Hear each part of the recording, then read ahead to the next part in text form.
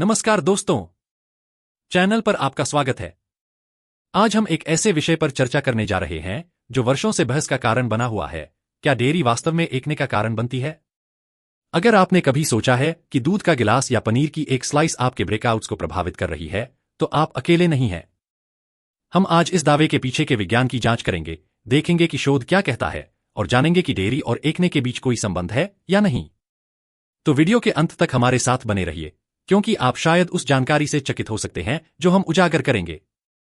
और अगर आप नए हैं तो सब्सक्राइब बटन को दबाना न भूलें, और अगर आपको यह वीडियो उपयोगी लगे तो इसे लाइक जरूर करें। भाग एक ने डेयरी बहस। तो चलिए शुरू करते हैं। एकने एक आम त्वचा की समस्या है जो लाखों लोगों को प्रभावित करती है, और अक्सर डेयरी को इसके साथ जोड़ा जाता है। यह धारणा कि डेयरी एकने का कारण बन सकती है काफी समय से चल रही है, लेकिन क्या इसके पीछे कोई वैज्ञानिक आधार है? इसका उत्तर देने के लिए हमें यह समझना होगा कि डेयरी कैसे एकने को प्रभावित कर सकती है। भाग 2, हार्मोन और डेयरी। डेयरी से एकने जुड़ने के मुख्य सिद्धांतों में से एक हार्मोन से संबंधित है। डेयरी उत्पाद, खासकर दूध, में हार्मोन जैसे एस्ट्रोजन और प्रोजेस्टेरोन के साथ साथ वृद्धि कारक होते हैं। ये हार्मोन हमारे अपने हार्मोन स्तर को प्रभावित कर सकते हैं, जिससे एकने पर प्रभाव पड़ सकता है। यहां एक महत्वपूर्ण बिंदु है, गायों के दूध में खासकर कुछ हार्मोन और वृद्धि कारक जैसे insulin like growth factor 1 IGF-1 की उच्च मात्रा हो सकती है। IGF-1 तेल उत्पादन को बढ़ा सकता है, जो एकने के विकास में महत्वपूर्ण होता है। अधिक तेल से पोर्स बंद हो सकते हैं, जो एकने का कारण बन सकता है। कुछ शोधों का सुझाव है कि दूध का सेवन, खासकर स्किम मिल्क, एकने के उच्च जोखिम से जुड़ा हो सकता है। हालांकि यह ध्यान रखना महत्वपूर्ण है कि सभी डेयरी उत्पादों का प्रभाव समान नहीं होता और व्यक्तिगत प्रतिक्रियाएं भिन्न हो सकती हैं। भाग 3, ग्लाइसेमिक इंडेक्स और डेयरी। एक अन्य पहलू ग्लाइसेमिक इंडेक्स GI है। ग्लाइसेमिक इंडेक्स एक भोजन को रक्त शर्करा के स्तर को कितनी तेजी से बढ़ाता है, यह मापता है। उच्च GI वाले खाद्य पदार्थ रक्त शर्करा और इंसुलिन के स्तर को तेजी से बढ़ा सकते हैं, जो एकने को प्रभावित कर सकते हैं। दूध, विशेषकर कम वसा या स्किम दूध, उच्च ग्लाइसेमिक इंडेक्स के साथ होता है। इसका मतलब है कि यह रक्त शर्करा और इंसुलिन को तेजी से बढ़ा सकता है, जो एकने को प्रभावित कर सकता है।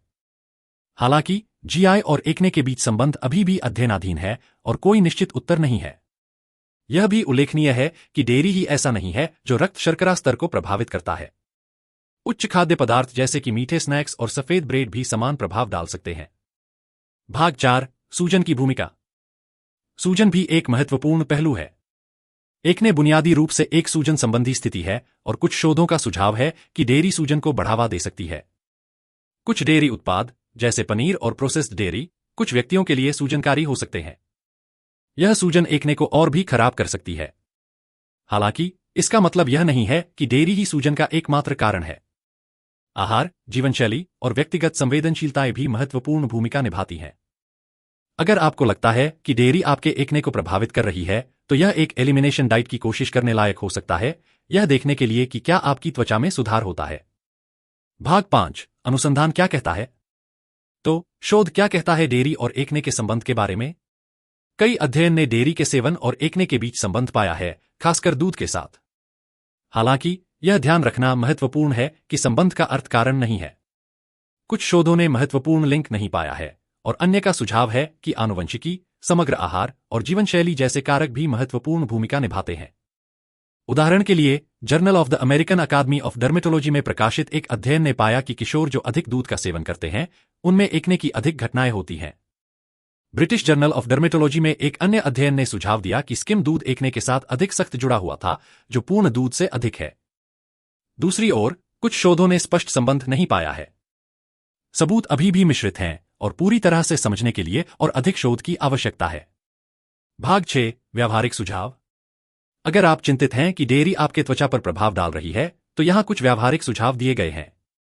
अपना डेयरी सेवन मॉनिटर करें, देखें कि आप कितनी डेयरी का सेवन कर रहे हैं और अपनी त्वचा में कोई बदलाव नोट करें।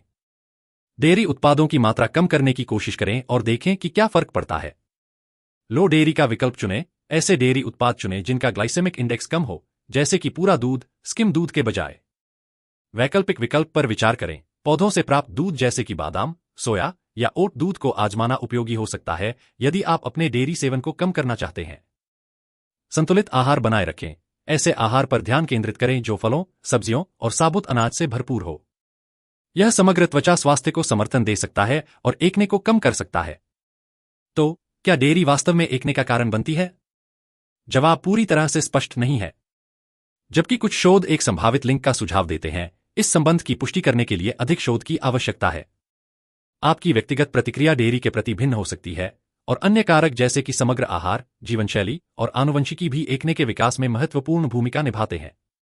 अगर आपको लगता है कि डेयरी आपके त्वचा पर असर डाल रही है, तो कुछ बदलाव करें और देखें कि आपकी त्वचा कैसे प्रतिक्रिया करती है। याद रखें, आहार और स्किन केयर के समग्र दृष्टिकोण से अक्सर साफ और स्वस्थ त्वचा प्राप्त की जा सकती है। अगर आपको यह वीडियो मददगार लगा, तो कृपया लाइक, सब्सक्राइब और नीचे कमेंट करें कि डेयरी और एक्ने से जुड़े आपके अनुभव क्या हैं। देखने के लिए धन्यवाद और हम अगले वीडियो में मिलेंगे।